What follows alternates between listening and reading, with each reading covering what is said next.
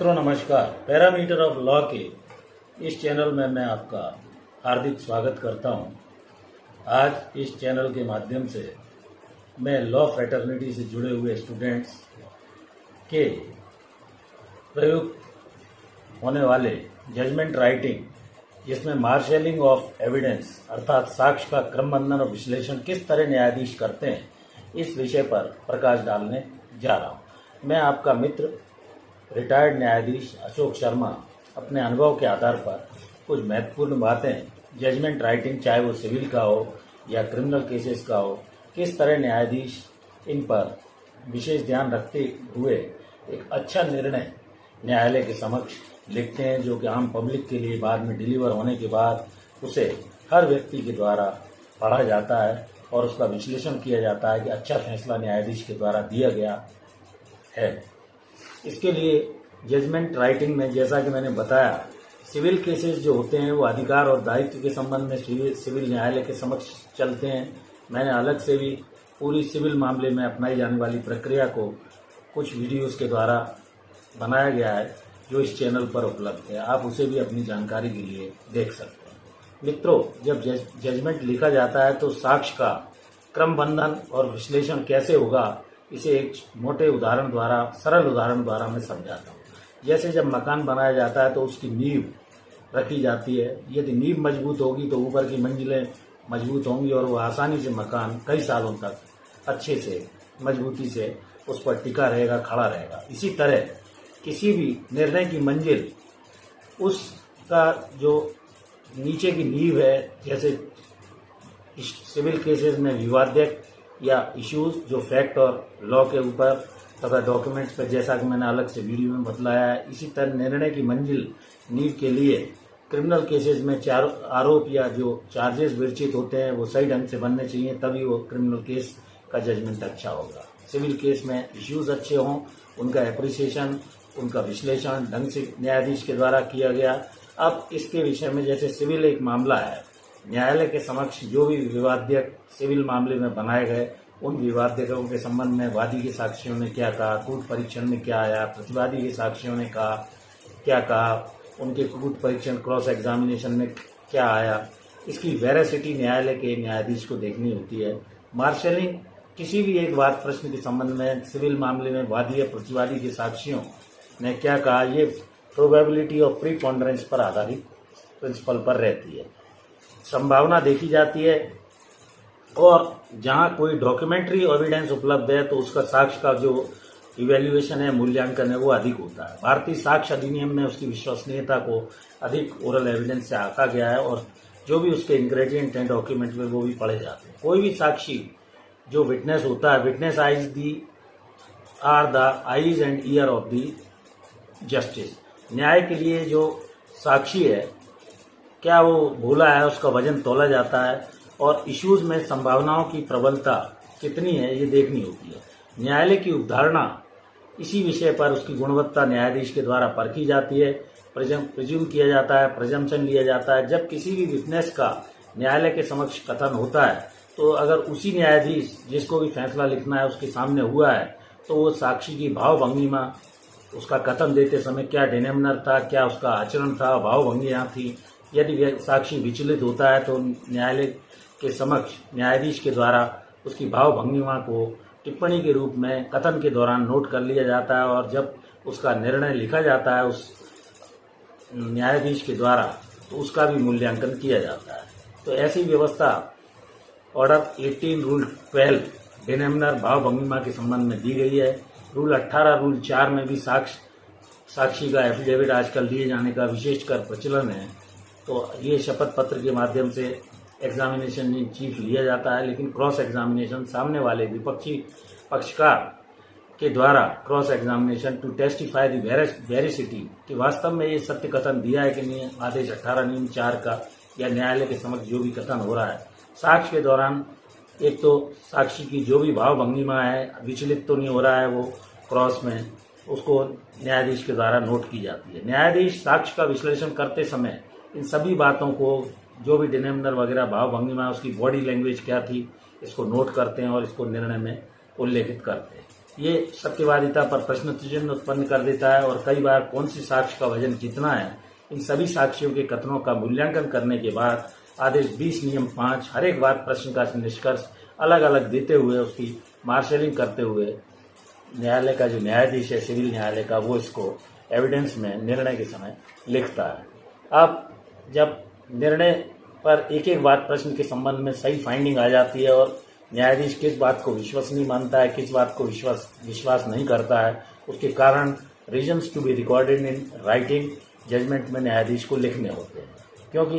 प्रत्येक पक्ष या हर पक्ष उसके निर्णय से संतुष्ट नहीं होता है। एक पक्ष जीतता है, एक पक्ष हारता है, हारने वाला पक्ष निश्चित तौर पर आगे अपील में जाता है। तो जो भी जजमेंट न्यायाधीश के द्वारा लिखा जाए वो स्ट्रॉन्ग एविडेंस और उसकी बेसिस क्या है, किस आधार पर किसी तथ्य को उसने माना, किसी आधार पर उसने उस तथ्य को नहीं माना, इसका स्पष्ट उल्लेख निर्णय में, अर्थात जजमेंट जो है आधारों पर आधारित होना चाहिए, based on the reasons findings जो भी है। अब मैं बताता हूँ कि क्रिमिनल केस में भी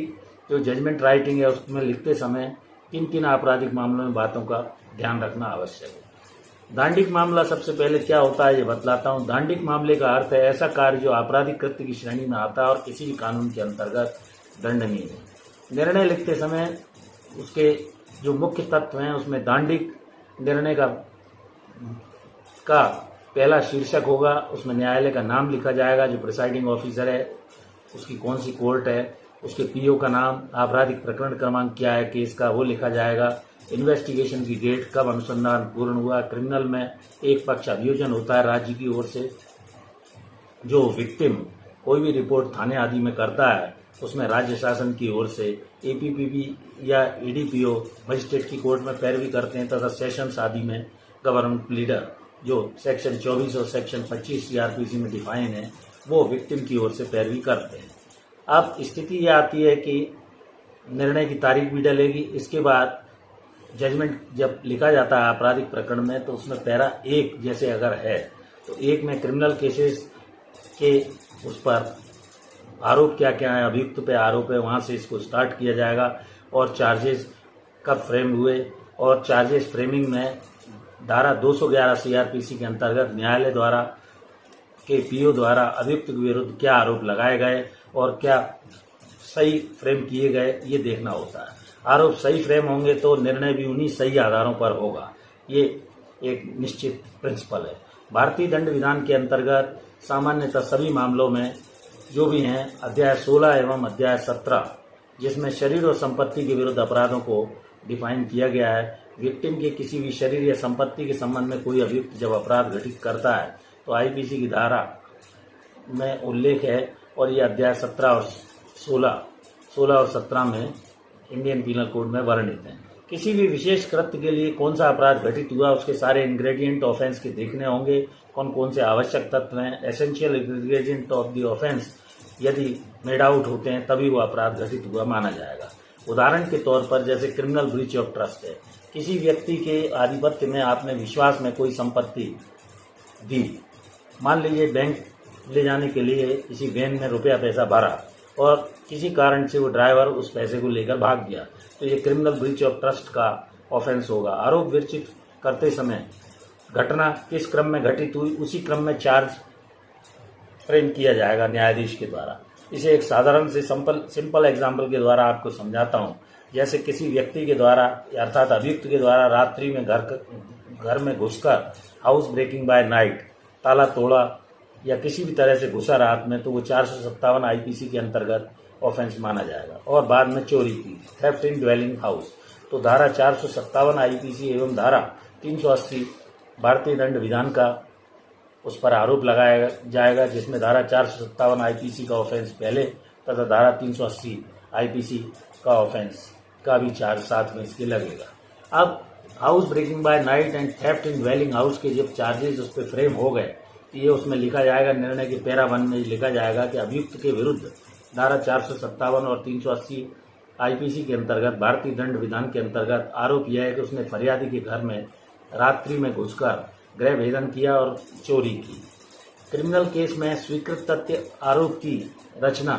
जब उसकी प्ली रिकॉर्ड होती है उसी समय आरोपित आरोपों के संबंध में अभियुक्त से पूछा जाता है क्या तुम्हें ये फला फला तुम्हारे विरुद्ध आरोप है, क्या तुम उसे स्वीकार करते हो या अस्वीकार करते हो। और दूसरा धारा 313 के जब सारे विटनेसेस अभियोजन के हो जाते हैं, फला अभियोजन के साक्षी का तुम्हारे विरुद्ध यह कहना है, तुम्हें इस बारे में क्या कहना है, इसको मुलजिम बयान भी बोलते हैं। धारा 313 CRPC के 313 और 315 के अंतर्गत उसके विरुद्ध क्या कहा गया है, मुलजिम कथन स्वीकृत तथ्य वहां पर लिए जा सकते हैं। अभियोजन का मामला घटना कैसे घटी फिर लिखा जाएगा, जिसमें FIR से लेकर जब विक्टिम ने पुलिस थाने में रिपोर्ट की, उसमें पुलिस अधिकारी के द्वारा विवेचना की गई, कैसे कैसे विवेचना हुई, विवेचना में क्या पाया गया, सारी घटना का क्रम, अनुसंधान अधिकारी ने क्या कार्यवाही की, चालान प्रस्तुत किया, वो सब लिखा जाएगा शॉर्ट में। अभियोजन के मामले के आधार पर अभियुक्त की प्ली रिकॉर्ड की गई, उसने स्वीकार या अस्वीकार किया, इसका उल्लेख होगा। इसके बाद पॉइंट्स फॉर डिटर्मिनेशन, जैसा कि इश्यूज सिविल केस में होते हैं उसी तरह क्रिमिनल केस में विचारणीय प्रश्न क्या क्या है। आरोप को प्रमाणित करने के लिए अभियोजन पर संदेह से परे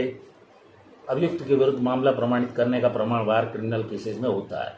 अर्थात burden is on the prosecution to prove his case beyond all reasonable doubt. मतलब ये है कि राज्य शासन की ओर से जो APP होंगे वो अभियुक्त के विरुद्ध जो भी आरोप विरचित हुए हैं उन आरोपों को अपने साक्षियों के द्वारा अभियोजन के मामले को न्यायालय के समक्ष प्रमाणित करेगा और उस पर जिरह अभियुक्त के या बचाव के वकील साहब करेंगे, अभियुक्त की ओर से जो होंगे। तो यदि सारे इंग्रेडिएंट्स उस ऑफेंस के प्रूव हो जाते हैं, प्रमाणित हो जाते हैं, तभी वो अपराध प्रमाणित माना जाएगा। उदाहरण के तौर पर यदि जैसे चोरी का ऑफेंस है, ये धारा 378 में परिभाषित है। चोरी के इंग्रेडिएंट्स में मूवेबल प्रॉपर्टी होगी, दूसरे की संपत्ति में, दूसरे के कब्जे में होगी, उसे बेईमानी पूर्वक हटाएगा, out of the possession of other, दूसरे के कब्जे से। सारे जो चोरी के आवश्यक तत्व हैं वो यदि इंग्रेडिएंट अभियोजन अभियुक्त के विरुद्ध न्यायालय के समक्ष प्रमाणित कर देता है तो उसकी परिणति ये होगी कि निर्णय में उसे अभियुक्त को न्यायालय द्वारा दोष सिद्धि का दंड दिया जाएगा, जिसे कन्विक्शन भी बोलते हैं। और यदि मामला प्रमाणित नहीं होता है, बेनिफिट ऑफ डाउट में या किसी भी कारण से साक्ष्य विश्वसनीय नहीं आ पाती है, तो उसे चोरी के आरोपों से बरी कर दिया जाएगा। इसका प्रभाव ये होगा, एक्विटल होगा, जिसे दोष मुक्ति भी कहा जाता है। और यदि किसी कारण से आरोप विरचित करते समय प्राइमा फेसी मामले में ऐसी कोई साक्ष्य नहीं है, तो कभी कभी मुलजिम को डिस्चार्ज या उन्मोचित भी कर दिया जाता है। वो चार्ज फ्रेम करते समय मजिस्ट्रेट को ये पावर है, वो देखता है प्राइमा फेसी ऐसा कोई रिकॉर्ड पर एविडेंस है कि नहीं है, तो कभी कभी उन्मोचित भी हो सकता है। मामला प्रमाणित होने के बाद यदि दोष सिद्धि परिणति होती है निर्णय में, तो उसे दंड के प्रश्न पर सुनने के लिए उसी स्टेज पर निर्णय को स्थगित कर दिया जाता है। एक तारीख लगा दी जाती है लोअर कोर्ट के मजिस्ट्रेट के द्वारा, उसमें अभियोजन एवं अभियुक्त पक्ष को सुना जाता है दंड के प्रश्न पर, और उसके बाद सेंटेंस पारित किया जाता है। किस अपराध में कितना दंड है उसकी ग्रेविटी को देखते हुए न्यायालय के न्यायाधीश के द्वारा उस दंड को अभियुक्त के विरुद्ध अधिरोपित किया जाता है। दोष मुक्ति यदि होती है तो एक्विटल कर दिया जाता है। दोष मुक्ति फिर जो भी पक्ष एग्रीव्ड है वो माननीय आगे के सेशंस न्यायालय या हाई कोर्ट या सुप्रीम कोर्ट, जहाँ भी उसकी अपीलों का प्रावधान है, वो उसको राइट को अपने where there is a right there is a remedy, उसको अवेल कर सकता है। इस प्रकार मैंने इस वीडियो के माध्यम से सरल भाषा में आपको ये बतलाने का प्रयास किया कि सिविल और क्रिमिनल जो निर्णय लेखन है उसमें मार्शलिंग ऑफ एविडेंस किस तरह से न्यायाधीश के द्वारा लिखी जाएगी, और इस मार्शलिंग और एप्रिसिएशन ऑफ एविडेंस का क्या महत्व है, और जजमेंट में किस तरह से एक अच्छे न्यायाधीश द्वारा, चाहे वो सिविल मामले का निर्णय लिख रहा हो या क्रिमिनल मामले का निर्णय लिख रहा हो, किस तरह से वो एक अच्छा निर्णय साक्ष्य का क्रमबंधन और विश्लेषण करते हुए लिख सकता है। मित्रों, मेरा ये अनुरोध है कि मेरा ये चैनल आपने अभी तक निश्चित तौर पर, ऐसा मैं मानता हूँ, आपने सब्सक्राइब कर ही लिया होगा। यदि मेरे वीडियोज़ आपको समझ में आ रहे हैं और अच्छे लग रहे हैं तो कृपा करके, यदि आप अभी तक नए हैं तो इसे सब्सक्राइब करना है इस चैनल को, और लाइक और शेयर भी करें अपने मित्रों दोस्तों को। तो इस वीडियो में आज यहीं तक, कल फिर मिलते हैं नए वीडियो के साथ। मेरा यही प्रयास है कि लॉ स्टूडेंट, लॉ फ्रेटर्निटी से जुड़े हुए या कोई भी judicial examination, competitive examination, APP, ADPO, civil जज, जैक का इंटरव्यू या अदर कोई भी लॉ रिलेटेड लॉ फर्म्स आदि में जाना चाहते हैं, सभी लोगों को कानून की बारीकी और जानकारियों से उन्हें अवगत होना चाहिए। इसी उद्देश्य से मैं इस चैनल पर नए नए वीडियोस लाकर आपका विधि का ज्ञान बढ़ाने का प्रयास कर रहा हूं मैं। मेरा ये अनुरोध है कि इस चैनल को आप अवश्य देखें तथा अपने साथियों को भी सब्सक्राइब कराएं। Thank you for watching this video. नमस्कार।